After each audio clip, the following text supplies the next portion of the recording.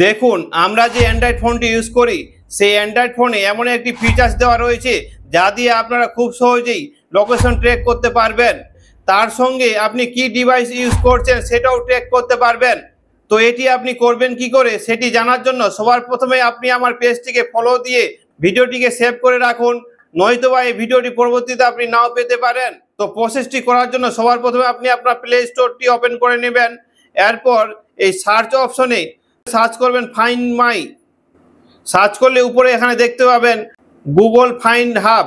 Google find hub যে অ্যাপটি আছে ইনস্টল করে ওপেন করে নেবেন। ওপেন করলেই এখানে আপনার পাসওয়ার্ডটা দিয়ে দিবেন।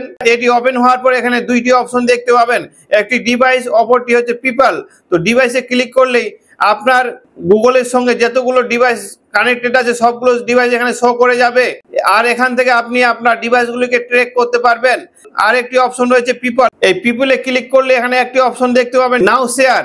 নাও শেয়ার অপশনে ক্লিক করবেন। ক্লিক করলেই এখানে আপনি যাকে শেয়ার করছেন সেই শেয়ারটা কতক্ষণের জন্য চাইছেন সেটি এখানে সিলেক্ট করে নিতে পারবেন। 4 ঘন্টা, একদিন, বা আপনার ইচ্ছা মতো আপনি কাস্টম করে নিতে পারবেন। করার পর এখানে নিচে যে অপশনগুলো আছে এখান থেকে আপনি কাকে এই শেয়ারটি পাঠাতে যাচ্ছেন সেটি সিলেক্ট করে এখানে আপনি শেয়ার নাও অপশনে ক্লিক করলেই তার কাছে আপনার লাইভ লোকেশনটি পৌঁছে যাবে। তো এই ফিচার্সটি যদি আপনার কোনো কাজে লাগে তাহলে অবশ্যই ভিডিওটিকে শেয়ার করে দেবেন। আর এইরকম ইনফরমেশনটিক ভিডিও পাওয়ার জন্য আমার এই পেজটিকে ফলো দিয়ে রাখবেন।